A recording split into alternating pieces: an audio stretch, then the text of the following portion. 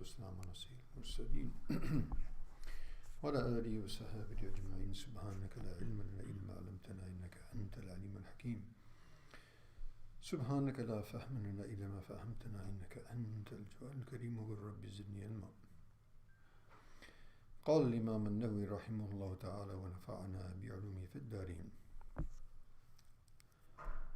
قال وعنه أي أبي هريرة رضي الله عنه عن النبي صلى الله عليه وسلم قال اليد العليا خير من اليد السفلى وابدأ بمن تعول وخير الصدقة ما كان عن ظهر غنى ومن يستعفف يعفه الله ومن يستغني يغنيه الله.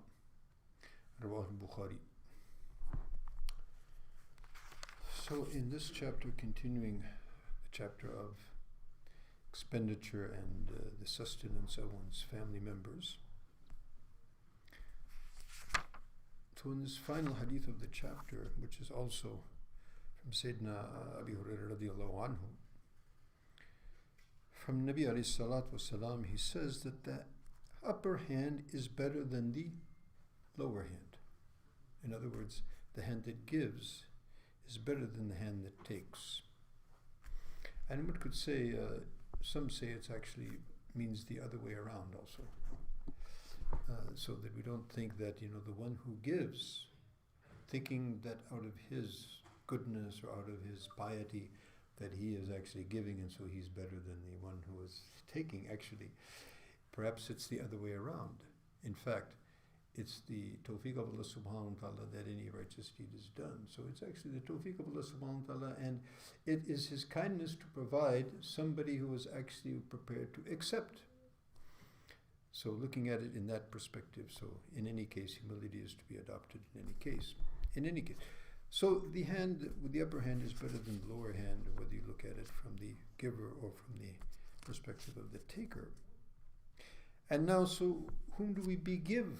Who do we begin the giving process? So Nabi Sallallahu says, وَابْدَأْ بِمَنْ تَعُولُ. And who do you start with? You start with the one who you are responsible for, obviously. And in other hadith it says, بِنَفْسِكَ. You start with yourself because you're the first one that you're responsible for. And as we've mentioned many times, our own bodies and our own well-being, it doesn't belong to us. It's not, as they're saying today, it's my body, I do what I want. It's not your body. You didn't create it. You don't sustain it. It belongs to its creator and its sustainer, Allah subhanahu wa ta'ala. So actually our bodies are, they're trusts and amanats in our hands, and we're responsible for them. So firstly ourselves and those who are closest, and then the closer in as it radiates outward in terms of responsibility. So begin with those whom you are responsible for, and the higher the responsibility, then the more importance and the more preference and priority that it should be given. Then Nabi also mentions khayru sadaqati, the best of sadaqah, ma kana an dhuhri ghinan. Allahu Akbar. So the best of sadaqah is that which is given after one's own necessities are placed to the side, and then he spends what is extra above and beyond that. يَسْأَلُونَكَ مَاذَا يُنْفِقُونَ قُلِ الْعَفْوَ. And they ask you, O Muhammad sallallahu alaihi wasallam, what should we spend? Say what is extra, not 5-10%. What is extra? Every person, every place, every time has its own peculiarities and idiosyncrasies. So accordingly, whatever is above and beyond your means or your necessities, then spend that in the way of Allah subhanahu, because that wealth is not ours, it's also an amanat, it's also a trust in our hands, and we're going to be asked from where we got it and how we spend it. So begin with those whom we are most responsible for, and spend what is above and beyond those responsibilities, ourselves, our family members, and others. What's left over, then give to sadaqah, charity, help others.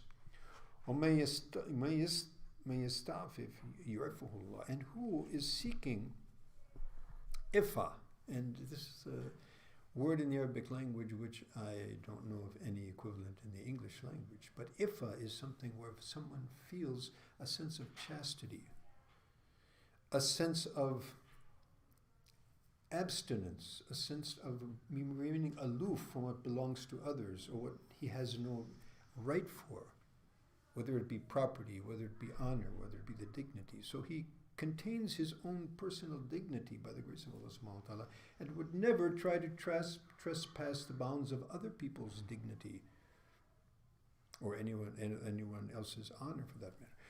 So who seeks this type of quality, then Allah subhanahu wa ta'ala will grant him, like everything else that we seek from Allah subhanahu wa ta'ala. In His generosity He will grant us. And وَمَن يَسْتَغْنِي يُغْنِهِ اللَّهُ. And who seeks self-sufficiency. And self-sufficiency is something of high esteem in Islam, because we don't extend our hands to the creation. So we extend our hands to the Creator. And among extending our hands to the Creator is we ask the Creator to give us our own means of sustenance, so that we don't need to be looking towards the creation for our needs. So who asks for this quality as well, and do effort to acquire it, of course, then Allah subhanahu wa ta'ala will definitely, in His generosity, will grant him. So may Allah subhanahu wa ta'ala grant me and all of us these wonderful qualities and spread them in the ummah once again. Ameen. Tumma min wa akhir da'wana.